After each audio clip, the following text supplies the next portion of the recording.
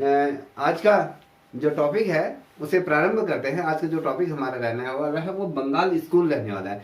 ठीक है, अब बंगाल स्कूल की जब हम बात करते हैं तो बंगाल स्कूल अचानक कहाँ से टपक गया। और ये पहले हमने जो पढ़ा कंपनी शैली के बाद जिस शैली का उदय हुआ वो शैली जो रही वो बंगाल स्कूल का, अगर हम बात करें तो बंगाल स्कूल का जो आधुनिक भारतीय चित्रकला की अगर बात करें, भारतीय चित्रकला में ये एक महत्वपूर्ण अध्याय के रूप में क्या हुआ, जुड़ा। यह है इसका एक बहुत बड़ा अध्याय है।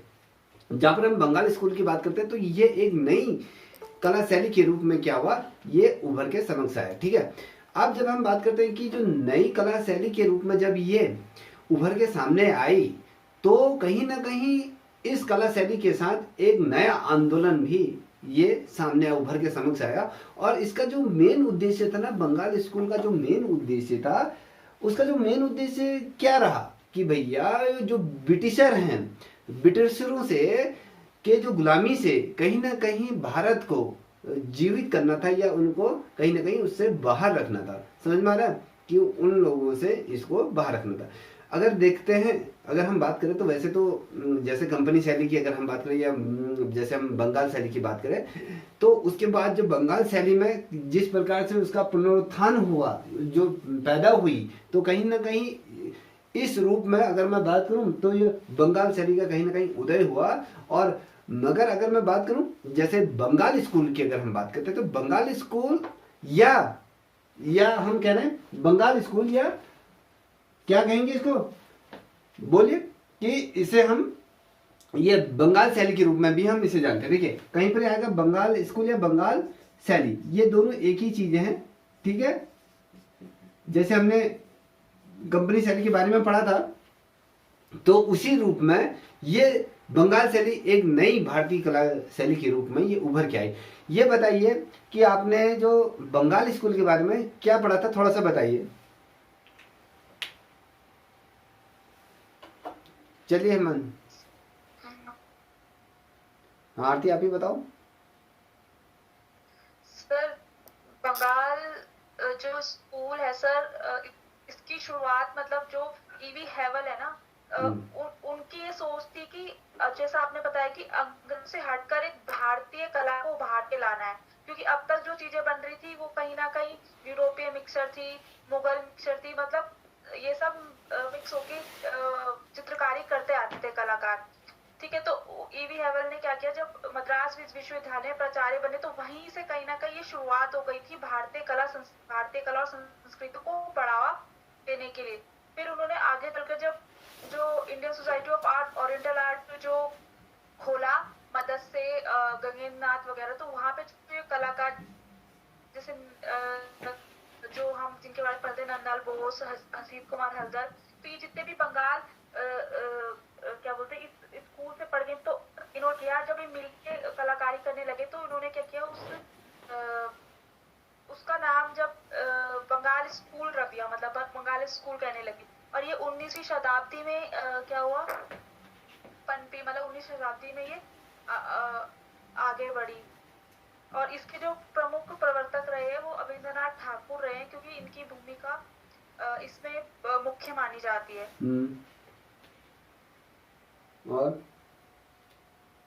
और आप हिमांशु आप बताइए।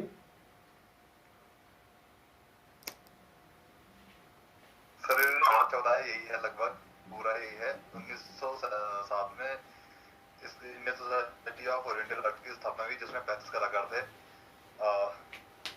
30 अंग्रेज नहीं, मतलब 30 अंग्रेज या 5 भारतीय सर से, या 5 भारतीय 30 अंग्रेज में कंफ्यूज हो रहा हूँ थोड़ा सा, दोनों एक ही चीज तो है।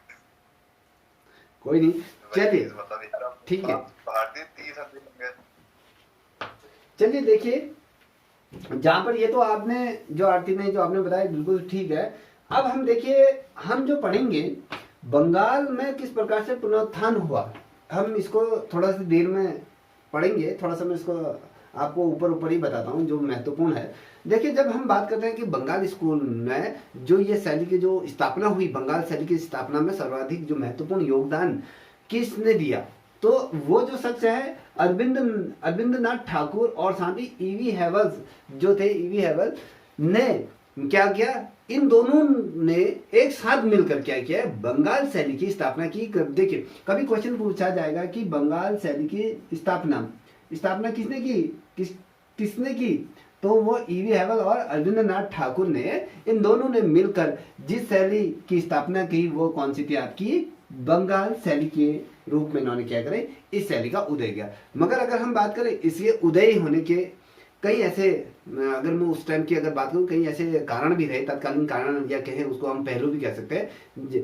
देखिए वो तमाम चीजें क्या रही, जैसे कि 20वीं शताब्दी के प्रारंभ में अगर हम बात करें, कुछ ऐसी चीजें महत्वपूर्ण सैन्य भी आपको देखने को मिलेंगे, जिसमें अरविंद्रनाथ ठाकुर के साथ साथ जो उनके शिष्य थे उन्होंने भी कहीं ना कहीं अपनी बहुत ज्यादा महत्वपूर्ण भूमिका निभाई। और साथ ही बता दूं, इनके जो प्रमुख शिष्य थे ना अरविंद्रनाथ ठाकुर के, प्रमुख शिष्यों में कौन थे, ए के हल्दर थे, और एम एन मंजुमदार जो थे, एस.एन. गुप्ता जी थे, और साथ ही ऐसे बहुत ढेर सारे ऐसे नामी कलाकार थे जो इनके साथ ये रहे।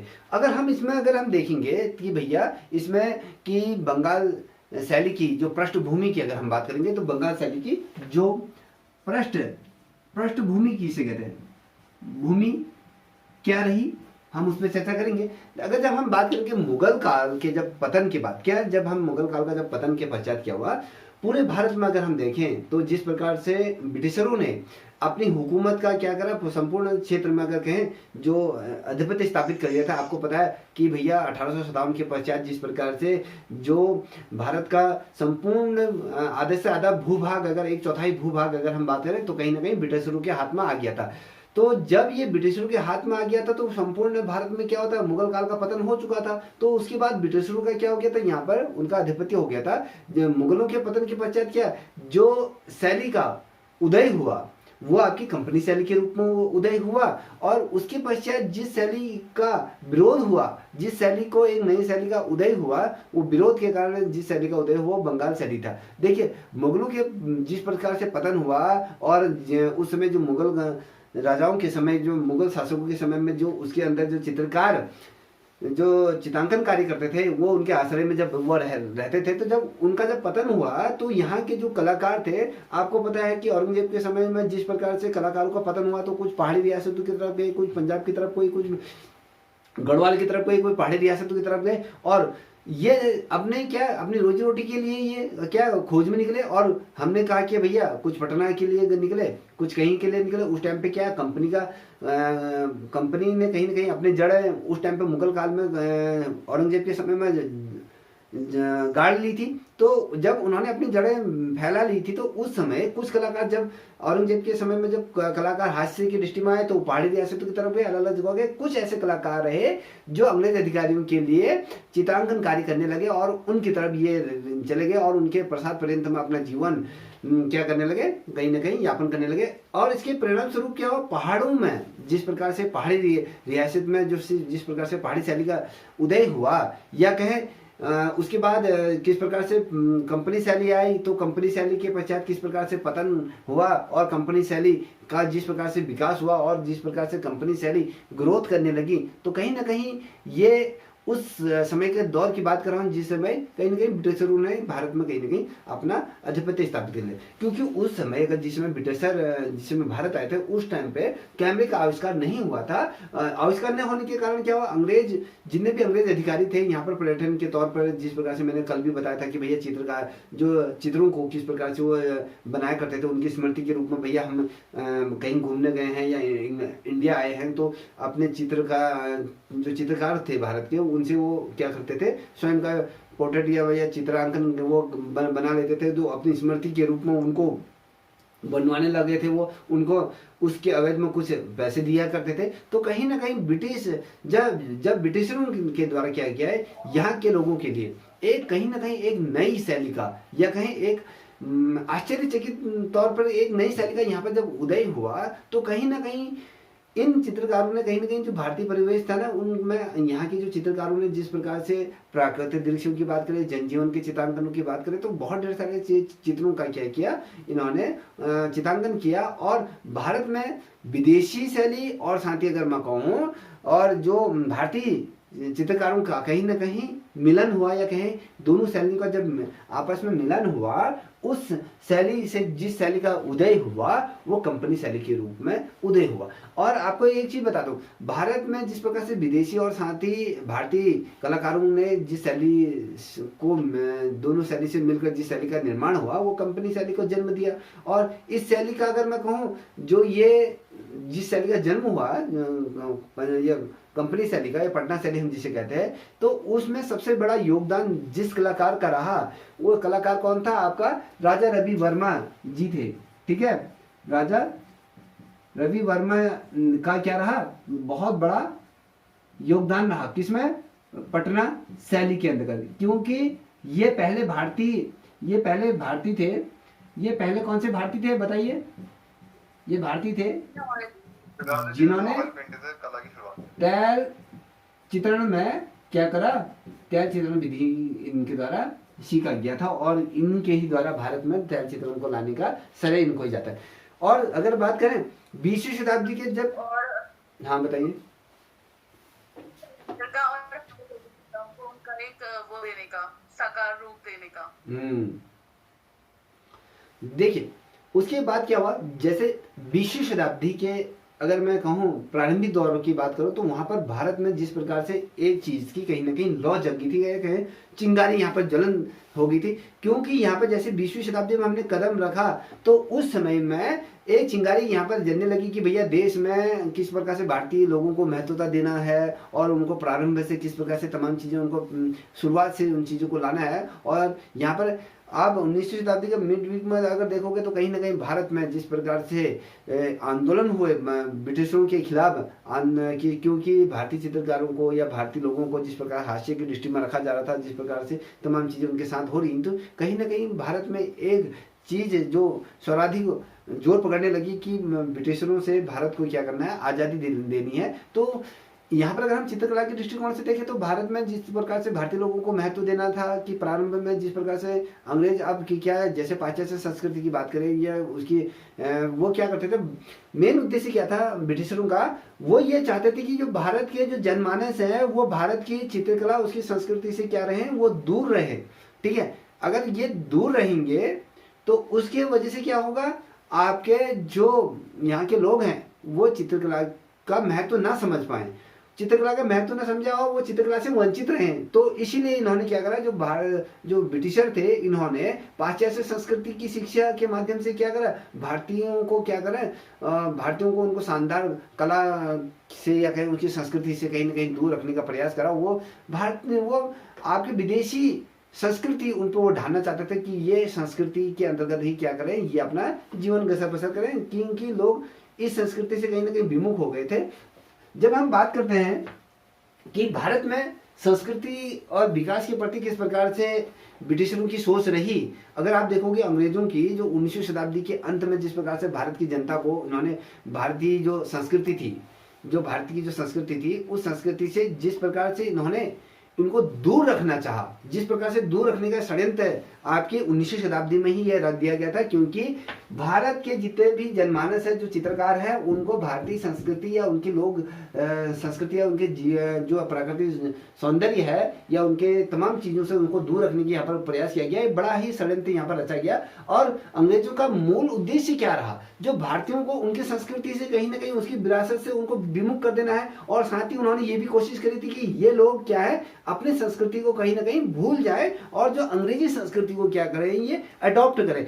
आपने देखा होगा कि जो अंग्रेज लोग थे उनका बहुत ज्यादा फोकस ये रहा कि भैया कहीं ना कहीं हिंदुस्तान में पूरी तरीके से जो इंग्लैंड की संस्कृति को यहाँ पर बसाना है। इसीलिए तो यहाँ अगर आप देखोगे कि आपने धर्म का इन्होंने प्रचार प्रसार कराया, स्कूलों का निर्माण कराया, स्कूल खोले गए, और कहीं ना कहीं ईसाई धर्म का जिस प्रकार से इन्होंने प्रचार प्रसार करा, तो मेन उद्देश्य क्या था, कहीं ना कहीं जो भारतीय संस्कृति है, भारतीय संस्कृति को कहीं ना कहीं आपको दबा देना है, उसको भारतीय लोगों को उनकी संस्कृति से उनको कहीं ना कहीं दूर कर देना है। ये कोशिश इनके द्वारा की गई। और साथ ही कोशिश जो की गई तो कहीं ना कहीं अंग्रेजों ने इनकी संस्कृति से इनको दूर रखने की कोशिश। और अंत में अगर मैं बात करूं तो अंग्रेजों द्वारा जिस प्रकार से भारत की कला की जो कला, यहाँ की जो कला थी, कहीं ना कहीं उसकी आलोचना की इनके द्वारा की गई। भैया जब भारतीय कला की जब आलोचना होगी तो जो भारतीय वासी हैं तो कहीं ना कहीं वो अपनी संस्कृति से क्या होंगे, जब आलोचना हो रही तो उससे दूर रहेंगे।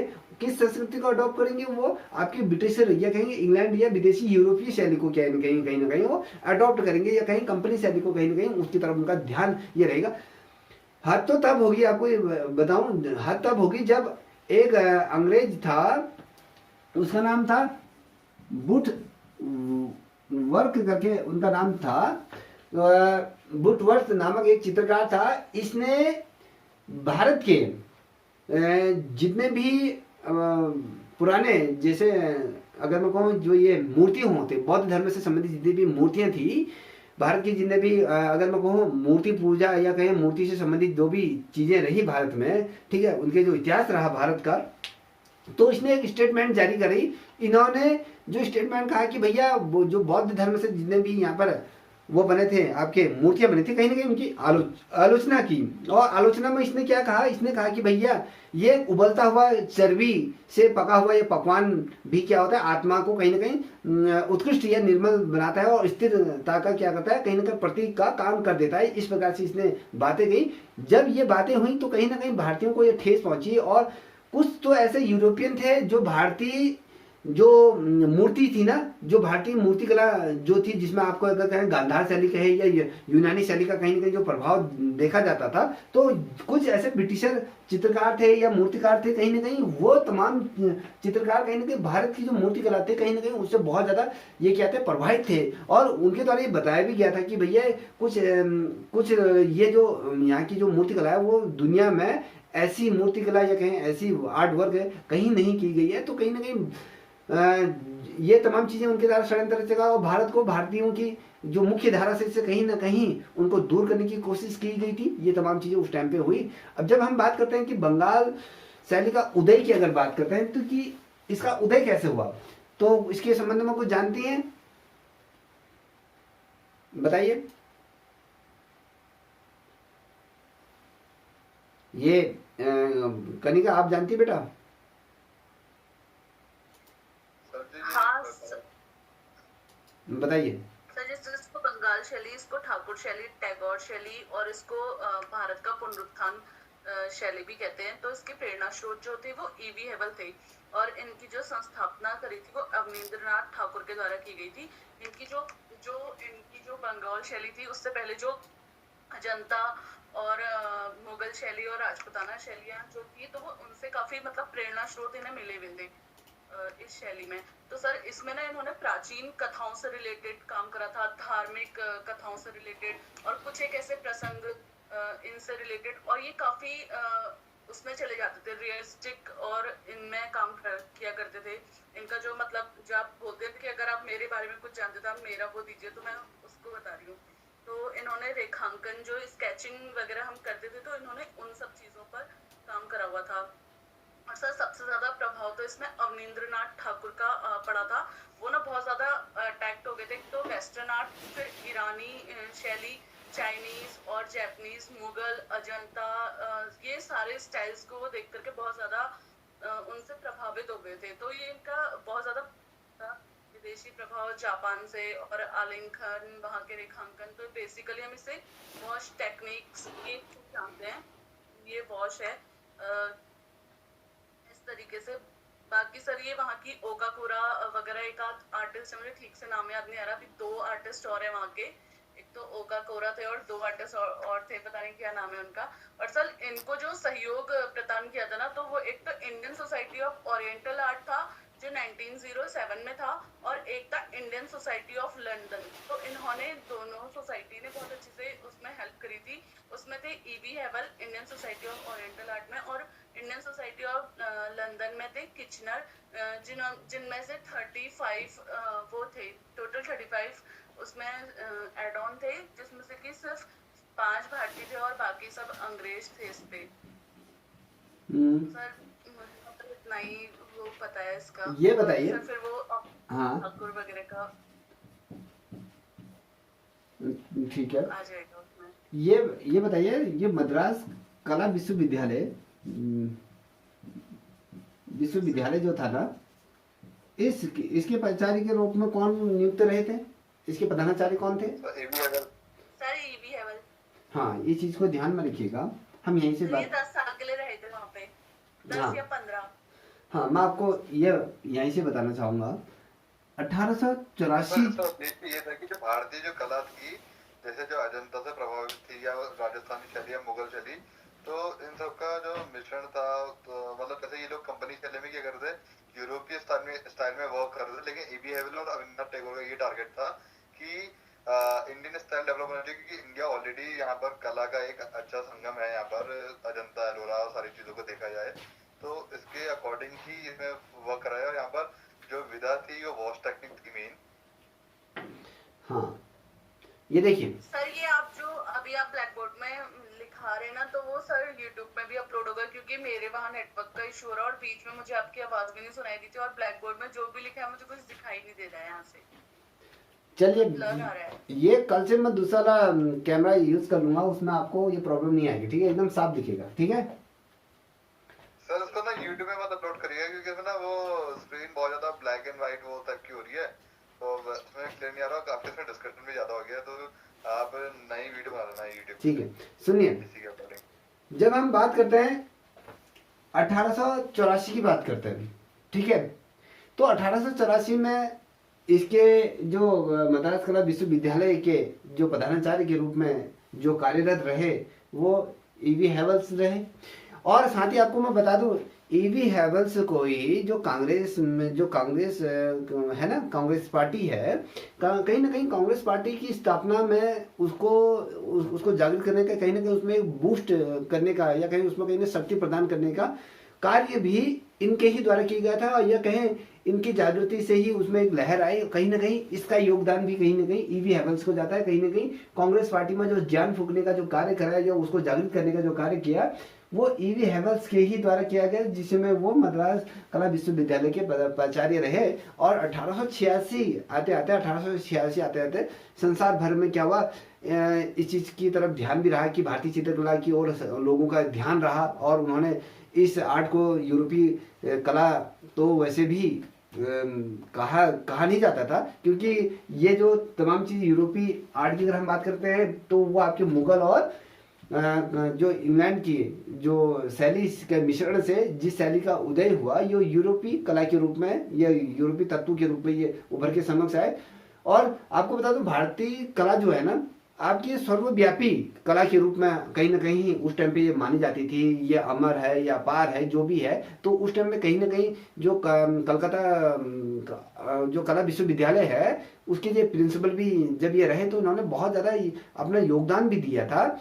और जिस समय मद्रास के जो प्रधानाचार्य के तौर पे जब ये रहे, तो इन्होंने आर्ट के क्षेत्र में, और विशेषकर जो यूरोपीय तत्व से संबंधित, जो उससे मिश्रण से शैली से संबंधित प्रभाव अपने भारतीय जो आर्ट है उसमें बहुत कम करने की कोशिश करी इन्होंने। ये नहीं कि भैया कि यूरोपीय प्रभाव में ही क्या होगा, आर्ट या पोर्ट्रेट जो भी बनाए जाएंगे वो तमाम चीजें रहेंगी। तो कहीं ना कहीं इन्होंने जो भारतीय शैली से जो चित्रकार विमुख हो रहे थे, जिस वजह से भारतीय चित्रकला को दूर किया जा रहा था, तो कहीं ना कहीं इन्होंने उसको पुनः स्थापित करने का कहीं ना कहीं यह कार्यभार संभाला। और जब हम कलकत्ता विश्वविद्यालय की बात करते हैं, तो वहां पर अरविंद नाथ ठाकुर ने भी आगे चल, बहुत ज्यादा आवाज कट रही है, स्टार्ट कट रही है कहीं।